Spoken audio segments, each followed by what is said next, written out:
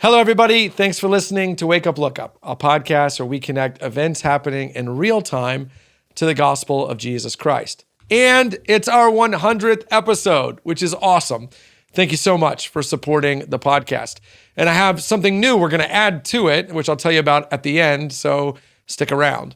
But today's question is pretty interesting. Are house husbands biblical?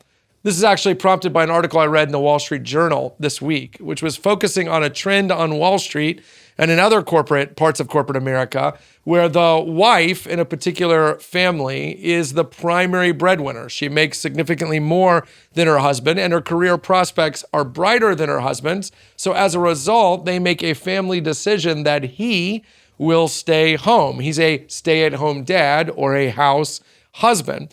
And actually, this is a growing trend. Over the last 50 years, the number of women making at least as much as their husband, if not more, has tripled. That's right, tripled. Now, 45% of married women make what their husband makes or even make more, which means it's becoming more economically feasible for women to work and for the husband to stay at home.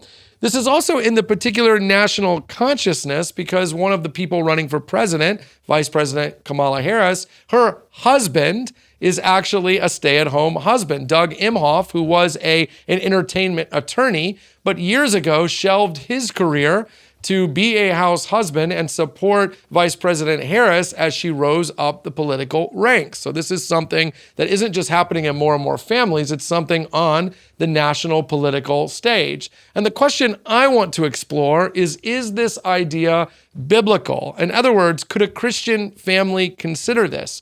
And is this a helpful or harmful idea for our culture? Well, my answer might surprise you. I think that it is unquestionably true that this is an okay thing for Christian families to do and an acceptable trend within our culture. And I want to take just a minute or two to lay out my argument. First, we have to be really careful that we don't label things as sin that God has not specifically labeled as sin.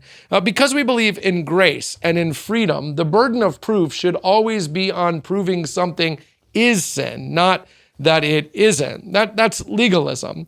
And so if we ask the question, has the Bible specifically said that a husband has to work outside of the home? The best you're going to come up with is a passage in 1 Timothy 5, verse 8, where Paul will say that a man should provide for his own family.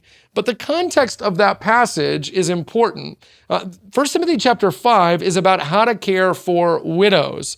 And specifically, Paul is telling Timothy that the church should only bear the burden for widows who don't have a family, that the church as an institution should care for widows whose own families either are dead or cannot provide for them. But if a widow is in a family, then it falls to the family, Paul says, to care for them. So the context of 1 Timothy 5 is not that a man should go to work and put food on the table. The context is that if a man has a widow in his family, he should make sure she is cared for.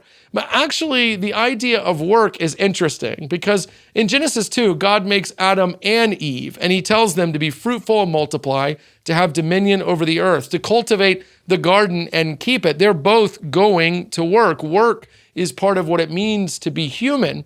But of course, that doesn't mean work outside the home.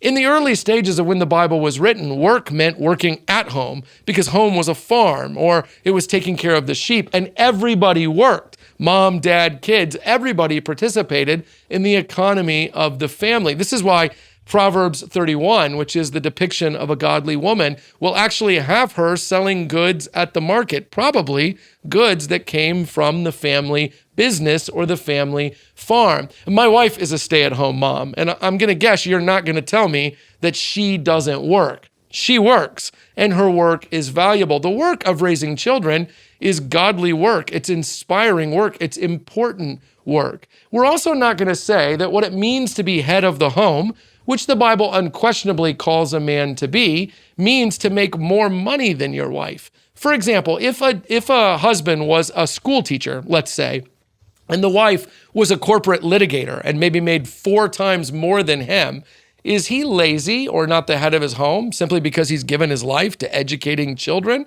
Of course not. Being the head of your home doesn't mean making the most money. It doesn't mean working outside of the home, and it doesn't mean doing things that aren't domestic. It's not as though the man becomes a better leader when his wife asks him to do the dishes and he says, no, that's beneath me. It's not beneath him. In fact, in Ephesians 5, husbands are told to love their wives in this way, that they lay down their lives for him. Their leadership is itself an act of service. So could a man say, my wife is incredibly bright, incredibly successful, and her career provides for us very well, so I will lead by filling in the things she can't do. I will disciple the children. I will make sure that they're clothed and fed and bathed and educated. Absolutely, that's perfectly okay.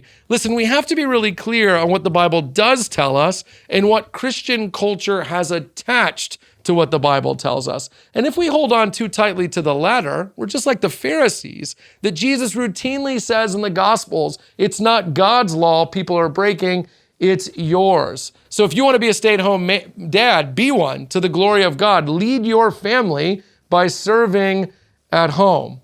All right, that's the end of that episode. But real quick, here's what we're doing for the 100th episode. We're actually opening an email address, wakeup@ccchapel.com. That'll be in the show notes in YouTube and on the podcast for you to submit articles. So as you're paying attention to the news, if there are things you want us to talk about, submit them to that email address. And who knows, it might just be that our next topic is one that you asked us to talk about. Thanks for listening. Have a great day. Hey, thanks so much for watching this video. While you're here, we'd love to ask you to hit subscribe or to like so you get future content. If you listen to the audio version too, make sure you leave a review and a comment. That really helps. Consider sharing it on social media and helping us get the word out. And hey, while you're here, check out all the other content that Christ Community Chapel is putting out, including the videos that are around me right now.